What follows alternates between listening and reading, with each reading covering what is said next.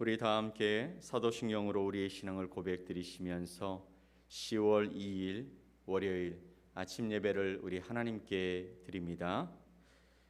나는 전능하신 아버지 하나님 천지의 창조주를 믿습니다. 나는 그의 유일하신 아들 우리 주 예수 그리스도를 믿습니다.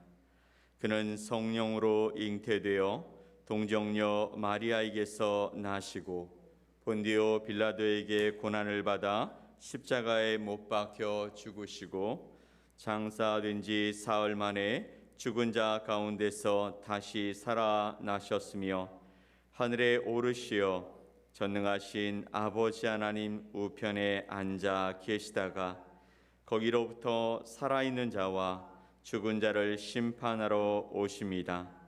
나는 성령을 믿으며 거룩한 공교회와 성도의 교제와 죄를 용서받는 것과 몸의 부활과 영생을 믿습니다. 아멘. 찬송 368장 찬송 함께 하나님께 올려드립니다.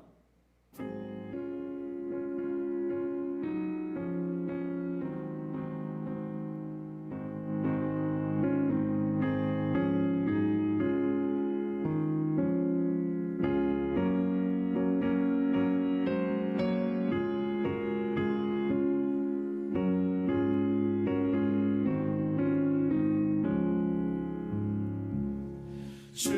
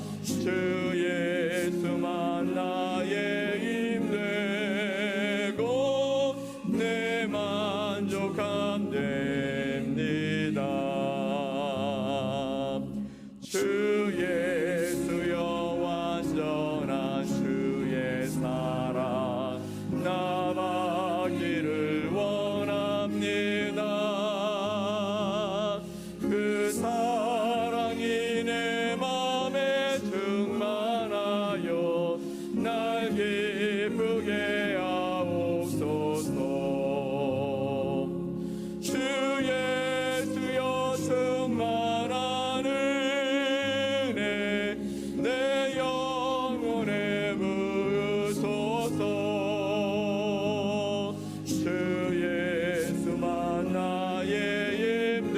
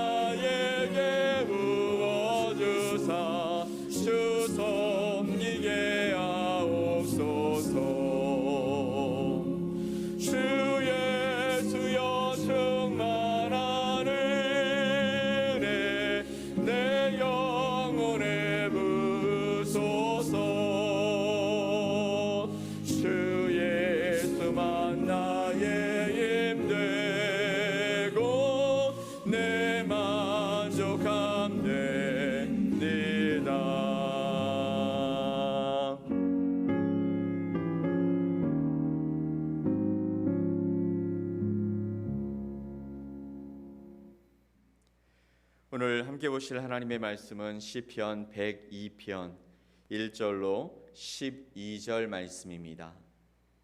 시편 102편 1절로 12절 말씀을 우리 함께 합독해서 말씀을 보겠습니다.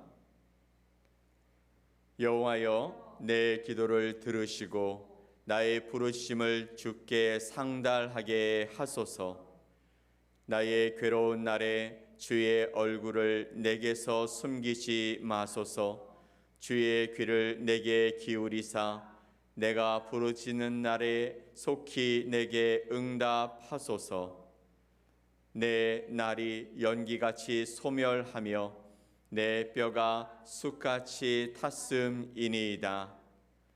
내가 음식 먹기도 잊었으므로 내 마음이 풀같이 시들고 말라 버려 싸우며 나의 탄식 소리로 말미암아 나의 살이 뼈에 붙었나이다. 나는 광야의 올빼미 같고 황폐한 곳에 부엉이 같이 되어 싸우며 내가 밤을 새우니 지붕 위에 외로운 참새 같으니이다. 내 원수들이 종일 나를 비방하며 내게 대항하여 미칠 듯이 날뛰는 자들이 나를 가리켜 맹세하나이다. 나는 죄를 양식같이 먹으며 나는 눈물 섞인 물을 마셨나이다. 주의 분노와 진노로 말미암음이라. 주께서 나를 들어서 던지셨나이다. 내 날이 기울어지는 그림자 같고 내가 풀에 시들어짐 같으니이다. 여호와여, 주는 영원히 계시고 주에 대한 기억은 대대에 이르리이다. 아멘. 오늘 시편 102편 말씀을 통해서 곤고한 날의 기도라는 제목으로 여러분과 하나님의 말씀을 나누겠습니다. 오늘 시편 102편의 표제어는 고난당하는 자가 마음이 상하여 그의 근심을 여호와 앞에 토하는 기도라고 기록하고 있습니다. 이 시의 내용을 보면 이 고난은 개인적인 고통에 관한 이야기가 아니라 하나님의 백성 이스라엘의 위기를 말하는 것으로 이해해 볼 수 있습니다. 1절에서 11절에서는 인생이 고난당할 때에 느끼는 그 감정을 너무나도 구체적으로 묘사하고 있는데요. 1절 말씀에 여호와여, 내 기도를 들으시고 나의 부르심을 주께 상달하게 하소서라고 시인은 외칩니다. 그리고 2절 말씀에 나의 괴로운 날이 주의 얼굴을 내게서 숨기지 마소서. 주의 귀를 내게 기울이사 내가 부르짖는 날에 속히 내게 응답하소서라고 연이어 기도합니다.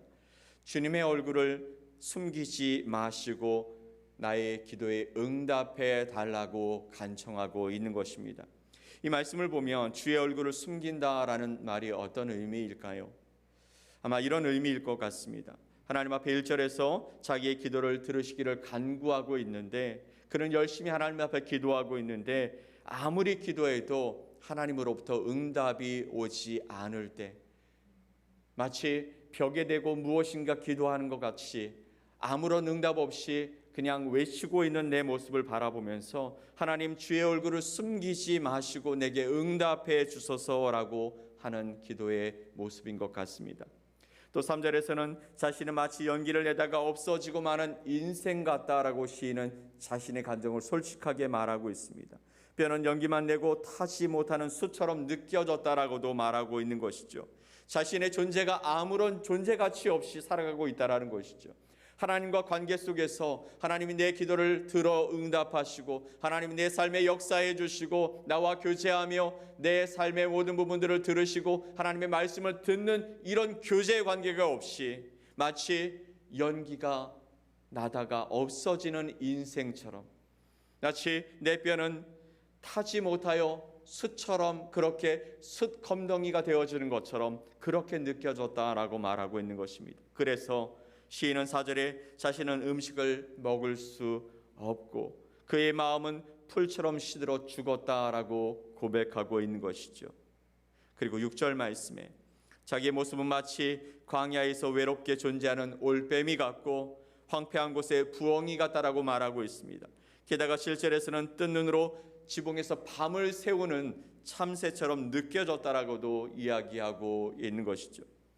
그의 고통이 얼마나 큰 것이었으면, 그의 그 외로움이, 그의 적막함이 얼마나 힘들었으면 이렇게 표현하고 있는 것일까요? 여러분 중에 이런 마음을 가지고 계신 분이 있으십니까? 아니, 이런 마음으로 살았던 적이 있으십니까? 시인은 지금 자신의 삶이 하나님이 돌보시지 않는 것 같은, 아무런 가치 없는 인생으로 하나님이 나를 버리신 것 같은 그런 외로움과 적막함과 그런 어려움 속에 살아가고 있다라고 고백하고 있는 것입니다. 그렇다면 왜 시인은 이런 느낌을 갖게 되었을까요? 그가 10절에서 이렇게 고백하고 있는 것이죠.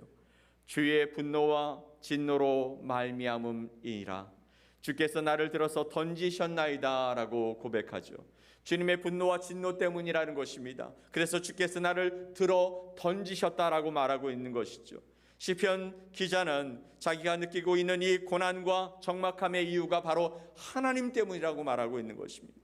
주님의 분노와 진노로 인해서 그의 날이 괴로운 날이 되고 있다라고 말하고 있는 것이죠. 왜 하나님이 그에게 분노하셨을까요? 왜 하나님이 그를 들어 던져버리셨을까요? 그 이유를 밝히고 있지는 않지만 한 가지 분명한 사실이 있습니다.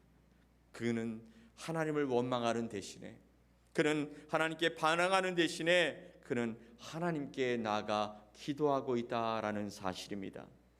하나님의 그 친밀함이 사라졌을 때, 더 이상 하나님의 사랑과 은혜가 보이지 않고 우리의 삶의 자리를 덮고 있었던 그 하나님의 임재하심이 거두어졌을 때 우리 인생은 어떻게 될까요?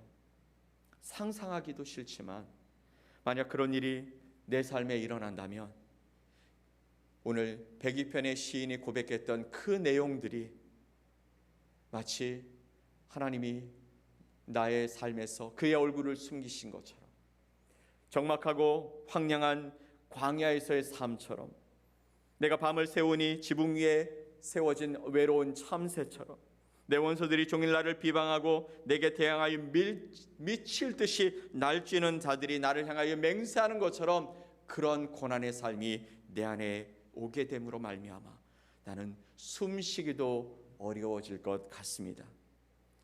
어느 날 문득 생각해 보니까 내 삶에 닥쳐온 문제들 가운데 하나님이 함께 하시지 않는 것 같은 그런 부분들이 느껴질 때가 있었습니다. 나는 수없이 하나님께 나아가 기도했고 말씀대로 살아가려고 발버둥 치는데 하나님이 응답하시지 않는 것 같을 때 우리는 깊은 고독과 막막함을 느끼며 거기서 절망할 수밖에 없게 되는 것입니다. 그래서 11절에 시인의 이 한마디 고백이 마음에 깊이 새겨집니다. 내 날이 기울어지는 그림자 같고 내가 풀에 시들어짐 같으니이다. 그런 그 깊은 적막함과 처절한 외로움이 우리 마음에 깊이 드리워졌을 때 내 날이 기울어지는 그림자 같고 내가 풀에 시들어진 같이 그렇게 시들어진다라고 고백하고 있는 것이죠. 그렇게 우리의 삶의 어려운 문제를 만났을 때, 우리 마음이 처절한 외로움 속에 있을 때 우리가 할 수 있는, 아니 우리가 반드시 해야 할 일이 있다면 그것은 바로 하나님께 부르짖으며 나가는 것인 줄 믿으시기 바랍니다. 그냥 그렇고 그런 기도가 아니라 괴롭고 곤고한 날에 드려지는 기도인 것이죠. 사무엘 어머니 한나의 모습에 빗대어 보면 그것은 원통한 기도였습니다. 그것은 하나님 앞에 심정을 토해내는 기도였습니다. 그런데 참 신기한 것이요, 그러한 기도에는 반드시 한 줄기 은혜의 빛이 비치더라는 것이죠.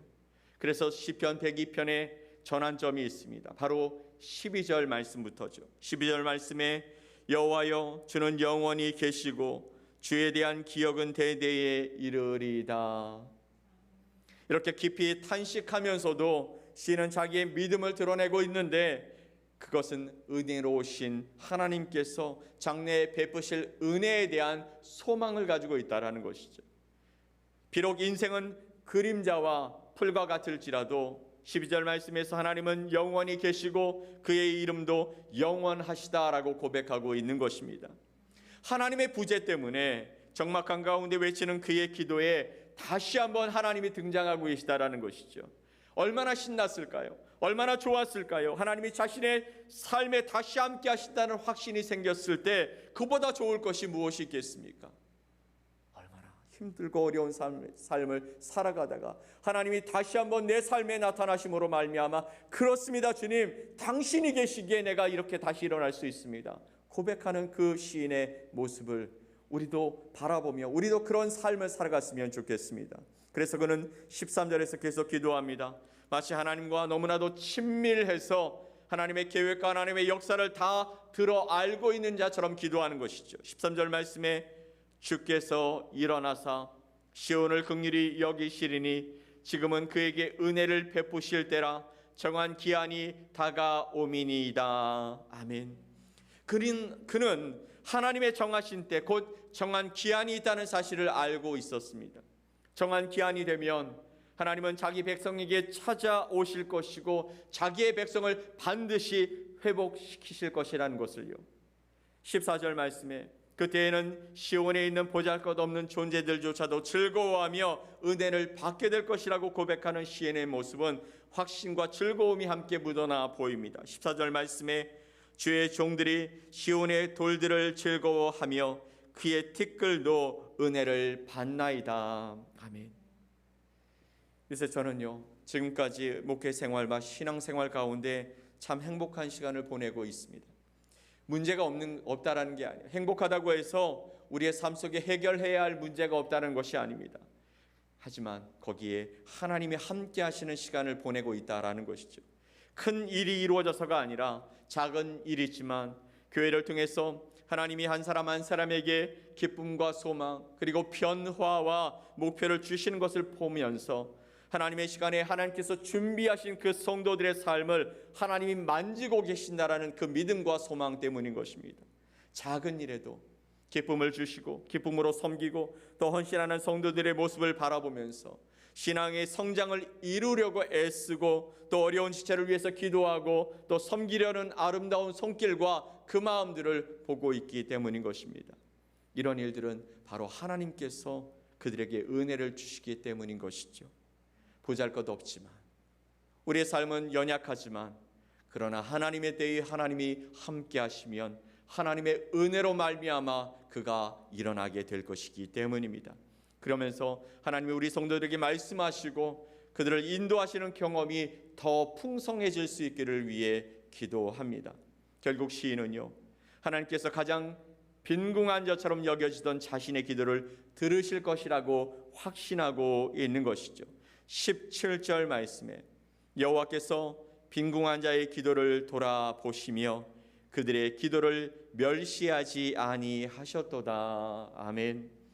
빈궁한 자의 기도, 가장 고난당하고 고통당하는 자의 기도, 하나님이 외면하시는 자처럼 생각되어졌던 그런 자의 기도를 돌아보시며 그들의 기도를 멸시하지 아니하셨도다. 들으셨다라고 말씀하고 있는 것이죠.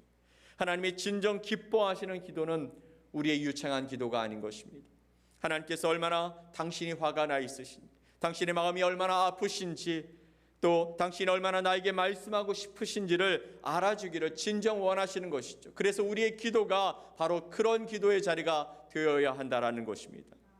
요새 교회 안에 풍요로운 삶을 통해 함께 말씀을 나누는 그런 그룹이 있는데요. 그 그룹에서 이런 이야기를 나누었었습니다. 우리의 기도의 시간은 너무나 일방적이라는 것이죠. 기도는 하나님과의 대화라고 말하면서도 우리의 필요만 구하고 있고 하나님이 우리에게 말씀하실 시간을 드리지 않고 일방적으로 일어나서 나오는 것이 우리의 기도의 대부분의 모습이라는 것입니다. 하나님은 우리에게 하실 말씀이 많으실 텐데 우리는 우리가 원하는 바만 구하고 있기 때문인 것이죠. 그래서 우리의 삶 가운데 때때로 하나님께서 그 친밀하신 임재를 거두시는 것 같습니다. 하나님의 얼굴을 가리시고 우리가 하나님 앞에 나아갈 때 외롭게 하시고 하나님의 말씀 앞에서 살아가려고 애쓰지만 원수들이 일어나고 힘들고 어려운 문제들이 나타나고 고난 가운데 우리를 내버려 두시는 그 삶이 우리에게 필요하기 때문에 하나님이 그 친밀하심을 거두신 것 같습니다. 그래야만 비로소 우리가 철저하게 하나님만을 구하며 살아갈 수 있기 때문인 것이죠. 우리가 언제 하나님을 진정 구하고 있습니까? 하나님은 원래부터 내 편이라고 생각하며 그렇게 당연하게 살아가던 자들 아닙니까? 그래서 우리가 구하는 것이 기껏해야 있어도 그만 없어도 그만인 그것을 구하며 그렇게 살아가고 있지는 않으십니까? 그때마다 하나님은 기다리셨던 것이죠. 이제야 저제야 내 아들 내 딸이 내 마음을 좀 알아줄까, 내 말을 좀 들어줄까 싶어서 우리를 기다리고 계시는 것입니다. 시인의 이 곤고한 마음이, 이 고난의 마음이 저주고 슬픔이고 안타까움이라고 생각하면서 이 시편을 읽다가 문득 저는 그의 그 곤고한 마음, 그 고통의 마음이 잠시 부러워졌습니다. 늘 내 마음을 주께 어떻게 아뢰까? 어떻게 하면 주님이 이런 내 마음을 알아주실까? 고민하면서도 하나님의 말씀에 귀 기울여 살아가지 못했던 모습이 부끄러워졌습니다. 주님도 당신의 마음을 내가 정말 알아주기를 바라실 텐데 너무나도 단순한 이 사실 앞에서 내가 주님의 마음을 얼마나 섭섭하게 해드렸는지 조금은 알게 됐기 때문입니다. 그래서 죄송한 마음이 들더라고요. 오늘은 주님께 먼저 하실 말씀이 없는지 묻고 기도하는 시간을 갖고 싶어집니다. 사랑하는 성도 여러분, 곤고한 자, 삶이 힘들던 마음이 힘들던 어떤 모습으로도 우리 하나님께 나아가면 우리에게 말씀하시고 우리와 교제하기를 기뻐하실 우리 하나님께서 한결같이 주 앞에 굳게 서게 하실 그 하나님이 오늘 저와 여러분의 하나님이신 줄 믿으시기 바랍니다. 고난과 어려움 속에서도 하나님 앞에 나아가십시오. 그리고 그분 앞에 구하십시오. 하나님, 저에게 하실 말씀이 있으십니까? 하나님, 저와 함께 교제하게 하시고 저의 기도에 응답하여 주시옵소서. 이 믿음을 가지고 우리 주님을 만나는 복된 시간, 복된 하루가 될 수 있기를 간절히 소망합니다. 오늘 하나님이 여러분을 붙들어 주셔서 여러분의 삶 속에 하나님의 놀라운 역사로 함께해 주실 것입니다. 이 놀라운 은혜와 역사가 우리 앞에 펼쳐져 있는데 그 놀라운 삶을 믿음으로 걸어가는 저와 여러분이 되어지기를 예수 그리스도의 이름으로 간절히 축복합니다. 아멘. 우리 함께 기도합시다. 하나님 아버지, 감사합니다. 오늘 주님의 은혜와 사랑 안에서 하나님 앞에 이 시간 엎드립니다. 주님을 예배하고 주님 앞에 엎드려 기도하는 우리의 기도에 응답하여 주시옵소서. 하나님, 우리와 함께 하셔서 하나님의 마음을 우리에게 부어주시고 하나님의 말씀을 들려주셔서 하나님이 원하시는 그 삶을 살아가는 자들 되게 하여 주옵소서. 하나님 앞에 우리의 마음의 중심을 드리고 하나님의 마음을 받아서 살아가는 믿음의 삶을 살아갈 수 있게 하여 주시옵소서. 하나님의 은혜 아니고서는 살 수 없음을 고백하오니 하나님, 오늘도 우리의 삶에 하나님의 은혜가 넘치게 하여 주시옵소서. 믿고 감사드리며 예수 그리스도의 이름으로 기도 올리옵나이다. 아멘. 하늘에 계신 우리 아버지여, 이름이 거룩히 여김을 받으시오며 나라가 임하시오며 뜻이 하늘에서 이루어진 것 같이 땅에서도 이루어지이다. 오늘 우리에게 일용할 양식을 주시옵고 우리가 우리에게 죄 지은 자를 사하여 준 것 같이 우리 죄를 사하여 주시옵고 우리를 시험에 들게 하지 마시옵고 다만 악에서 구하시옵소서. 나라와 권세와 영광이 아버지께 영원히 있사옵나이다. 아멘.